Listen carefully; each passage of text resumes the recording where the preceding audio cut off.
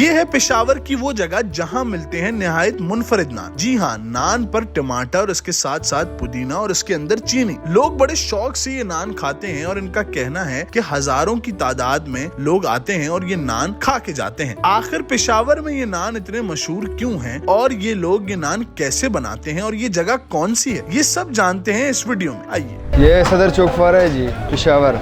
ये जी बेसन वाला है, सादा नान है और रोगनी नान है।